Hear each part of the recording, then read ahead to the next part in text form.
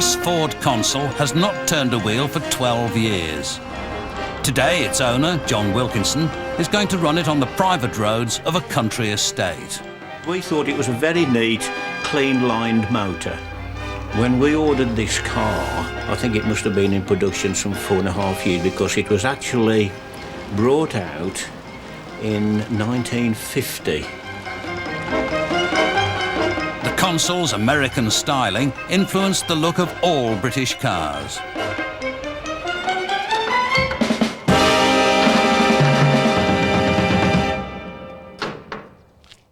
We ordered the car in July of 1955, and we were told that delivery would be early in the new year of 56. With the waiting time for a new car of about 9 months, the Wilkinsons were confident about finding the £788 for theirs. But then they heard it had turned up early. It said, "We are pleased to inform you that your new Ford Consul has arrived." Oh dear, real panic stations then. But we managed it. And it says, "Call and see us as soon as possible to arrange delivery." We went there, and there it was, in the edge of the showroom there. And, well, I wanted to sleep in it for the first few nights. It was so marvellous. You know, the room, heater, radio. Unbelievable. And it became part of the family. It wasn't just comfort that made the Consul different. Up until now, most British cars looked like this: sit up and beg, with separate wings and built on a heavy steel chassis. The Consul, its sculpted shape derived from the American Ford Tudor, had no chassis, but rather derived its strength from the body. This modernity nearly put John Wilkinson off. To buy a car without a chassis, knowing what I thought I knew about cars at the time, was quite a difficult decision, because eventually the plan was to tow a caravan, and to put a caravan on the back without a chassis, well, this just didn't seem right to me. But John, a former engineering draftsman, took a chance and found that the Consul was ideal for towing the caravan on family holidays. For a mass-produced car, the Consul's technical sophistication made it a milestone on the road to modern motoring, and a revelation to drivers at the time. Mechanically, it had got a lot of features which was really out of this world. To have independent front suspension was, well, if you'd driven the cars that I had driven with the cart springs on the front, then you come to independent front suspension, well, you just couldn't believe it. This came at the time before the family arrived. I think really it holds such memories of fetching my son from the hospital, for instance. It's unbelievable what it's done.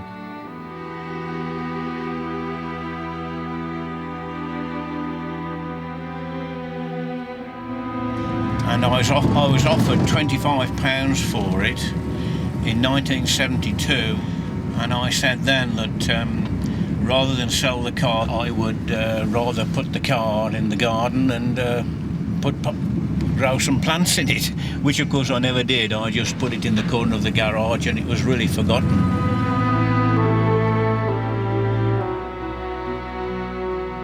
John's car played such an important part in his life that most of its paperwork survives. The actual repair charge schedule for the Consul and the Zephyr 6. And when you read some of these, such as replacement of front suspension unit assembly, 11 shillings. That's just over 50p. Now, this is something which I think is very unique today. Can you imagine putting that in the back of your car today and saying to people, "Please pass me, I'm ringing my engine"? And there it is. That's the original one that I stuck in the back of the car, and was proud to do it, I tell you. Please pass. With its smooth, clean, stateside looks and spacious interior, the Consul had set new standards in value-for-money motoring.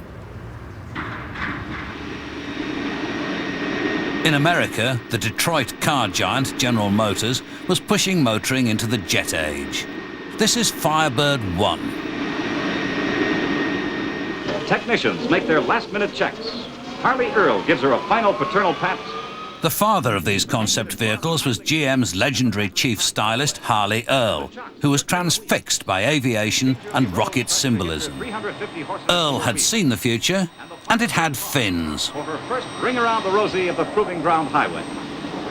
The gas turbine cars never left the test track, but their jet imagery did, and found its way onto GM's British cars. As you can see on the dash panel of this, it's even got a rocket flying across the dash there, which is a Bell X1, I think. Doesn't bear much relationship to what the car is, but it was part of the styling concept.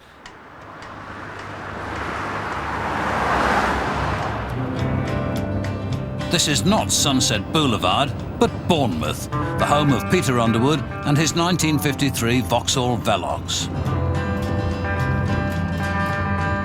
Owned by General Motors but based in Luton, Vauxhalls, like their Ford rivals, exploited enthusiasm for American style.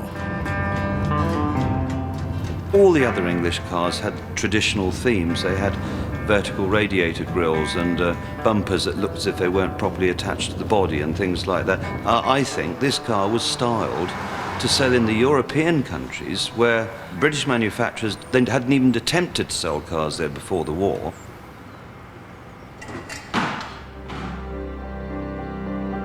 Peter Underwood's enthusiasm for cars started in the garden with dinky toys when he was very young.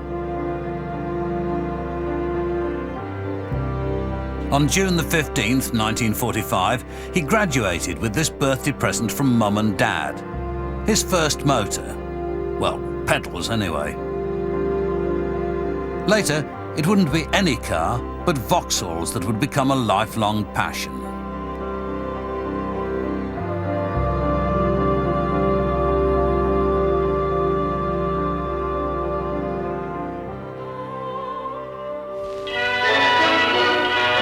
There's a tantalising display at this year's motor show at Earl's Court. The new Vauxhall Velox is a very smart and attractive exhibit, right up to date too, with its push-button amenities.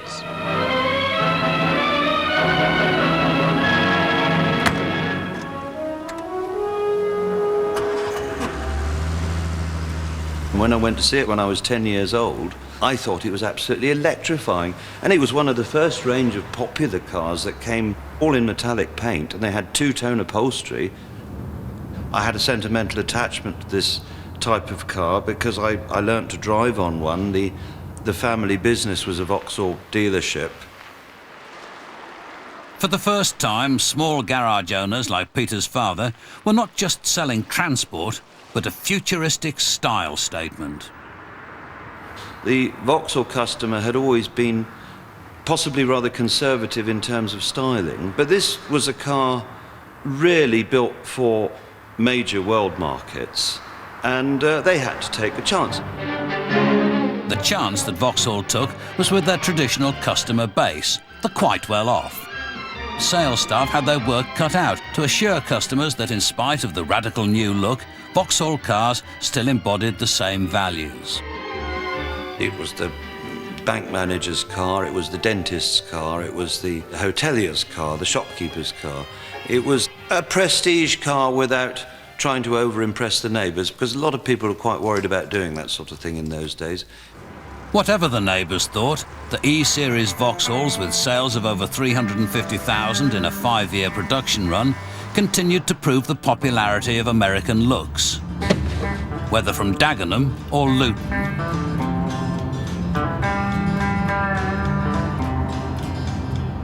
The style wars between two of Britain's big motor towns could only intensify.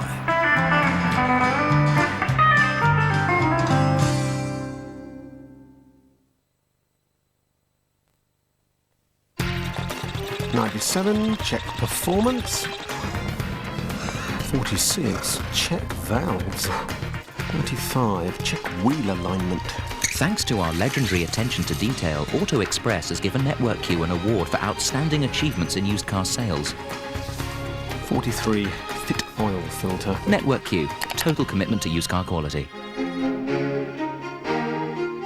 Vauxhall, raising the standard. So tax-free savings means I pay... Zero tax on your savings. Right.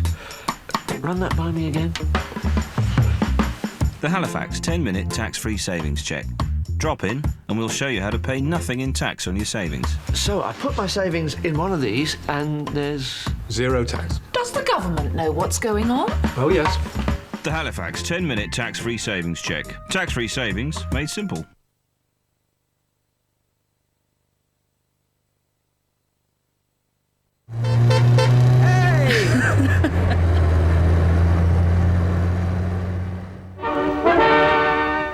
Ford again sets the fashion with the three Graces, the new Zodiac, the new Zephyr, and the new Consul.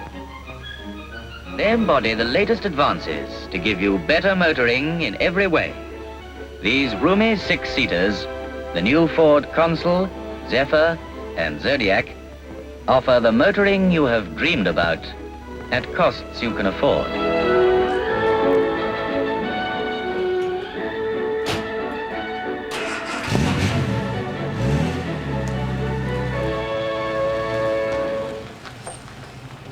The top-of-the-range Ford Zodiac Mark II was launched in 1956, and one of its major selling points was its two-tone paintwork. Not everyone was ready for this.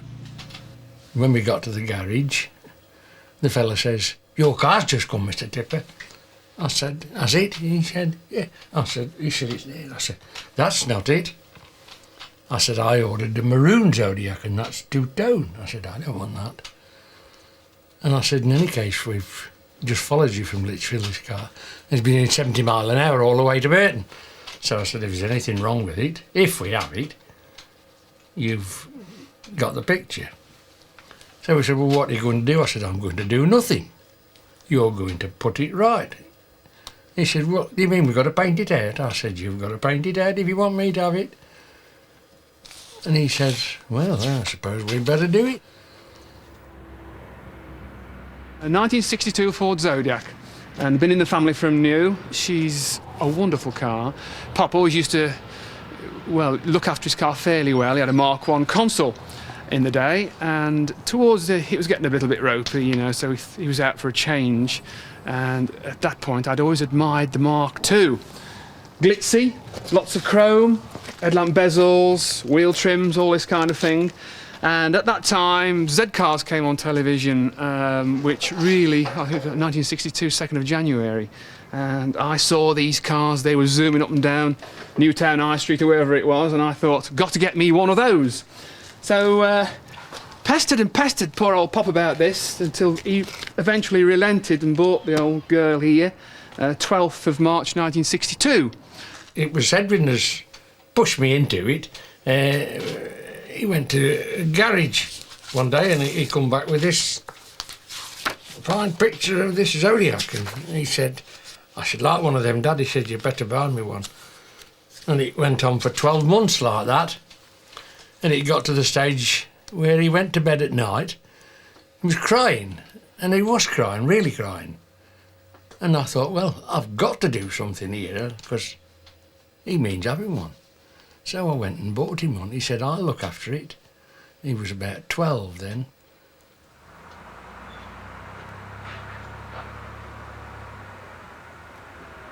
So got the car and away we go, enjoying all the chrome and the leather seats. We've now got a cigar lighter and a radio and all the gear. Underneath is monocoque chassis, same as the Mark I, but of course a much bigger car, definitely a six-seater.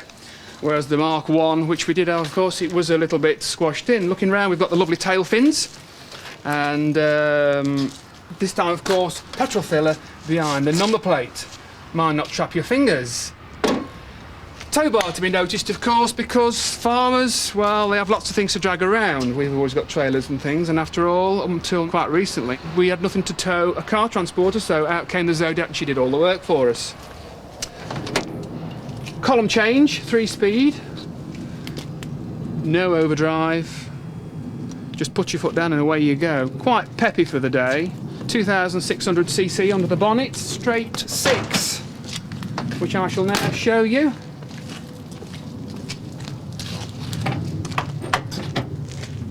There we are, nice sprung balance bonnet. Yeah, inline 6, single carb, and of the day, of course, servo-assisted front disc brakes. And there is the servo, and the Reza tank there. Very, very good brakes, and still by today's standards, she's very, very stoppable.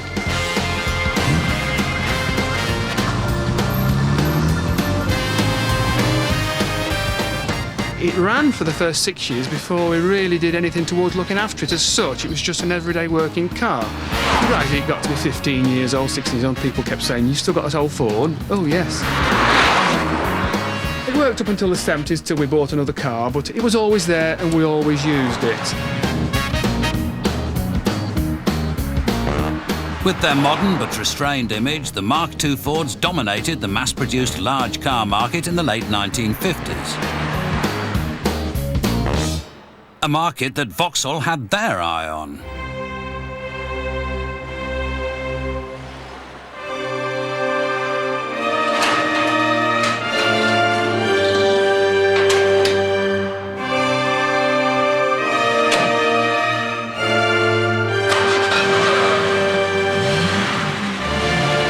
This 1958 Vauxhall Cresta PA belongs to the Stanton family of Hollywood. Birmingham, that is.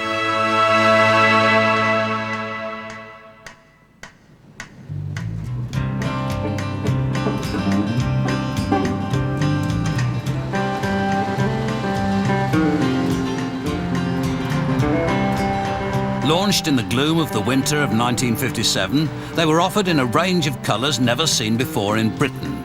The Stanton's car is not pink and white, but royal glow and ivory.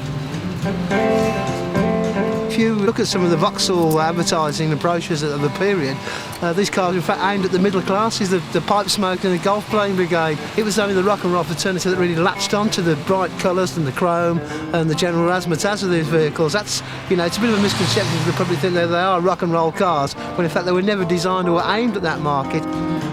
At over £1,000, considerably more than a Zodiac, Vauxhalls were unlikely to find many Teddy Boy customers. They were hoping to sell pink and white cars to bank managers.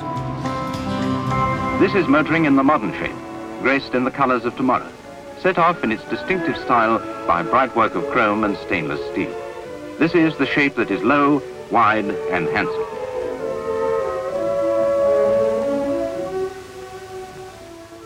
Here's finger light control. Well, here it is, Luton's answer to the 59 Cadillac.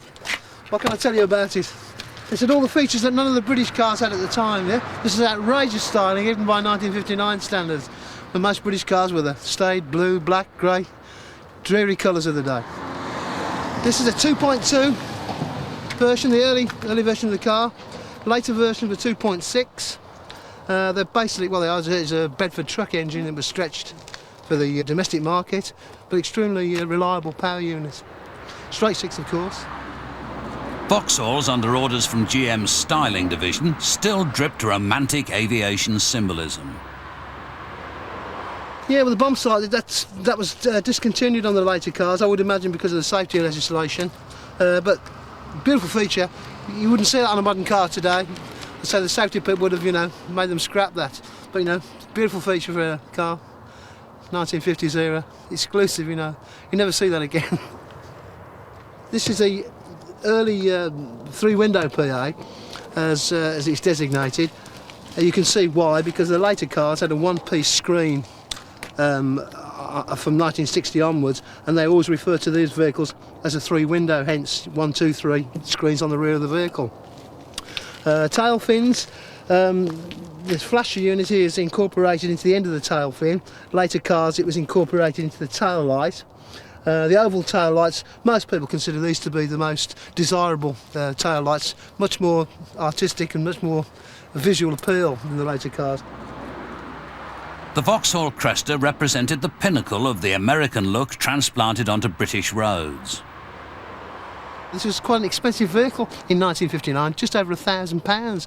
Well, you could buy a basic Ford 100E or an Austin A35 for half of that price. It was you know, an upmarket vehicle. This is luxury from Luton, in other words.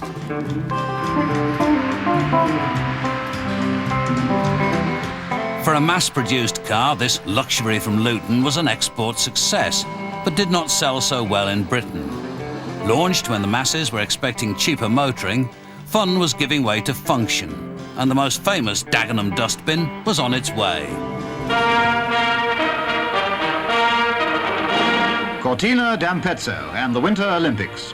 The two-man bob racing provided one of the thrills among early events. Cortina was a famous resort which hosted the 1956 Winter Olympics. Millions watched on television, and the town became a household name. It was also the name Ford gave their newest car. Championship sleds travel the course at about 50 miles per hour, and the Cortina exceeds that speed while taking some of the turns with only 6 inches of clearance. Former world champion Jim Clark says it's the most exciting sport he's ever tackled. We'll take his word for it. It wasn't just the name that was Italian, as one of its designers, Charles Thompson, remembers. I think I was influenced more by the Italian stylists at the time, particularly with the front end. To me, it was more Italian than American. It's really an amalgam of all kinds of ideas and shapes.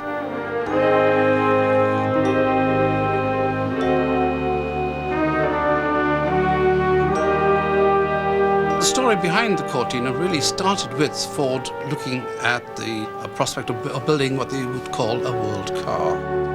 The Cortina was the first British Ford to rebel against American influence. Though designed to have international appeal, America still couldn't help interfering at the last minute. Ford management in the States came over and looked at the rear end and said we had to have round tail lights. And that's a little story on its own, really, because panic stations, of course, the major pressed steel parts were being produced.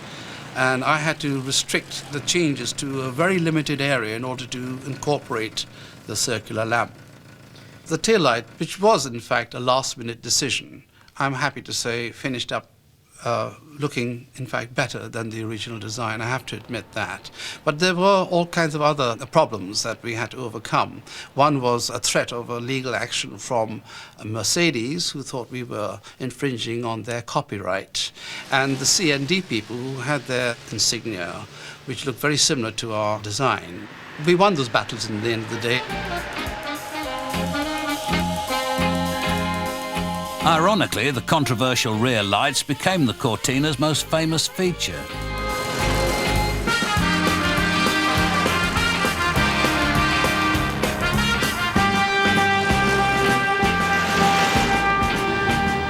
It was a success from the start, and more than 1 million Mark I Cortinas were sold during its 4-year lifespan.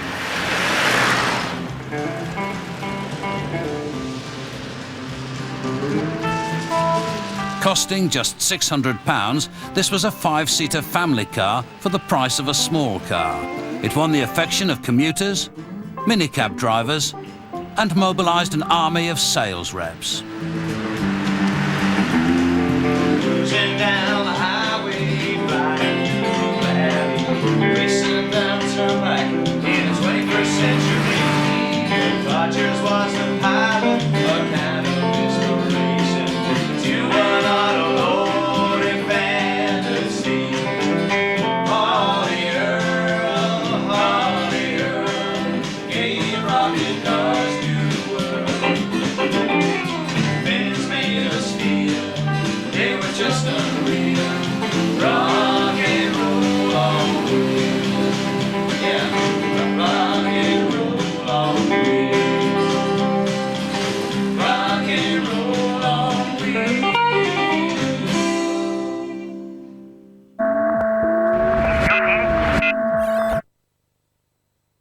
A Channel 4 book entitled Classic British Cars to accompany the series by Brian Johnson and Jeff Daniels is available now in the shops, priced $18.99.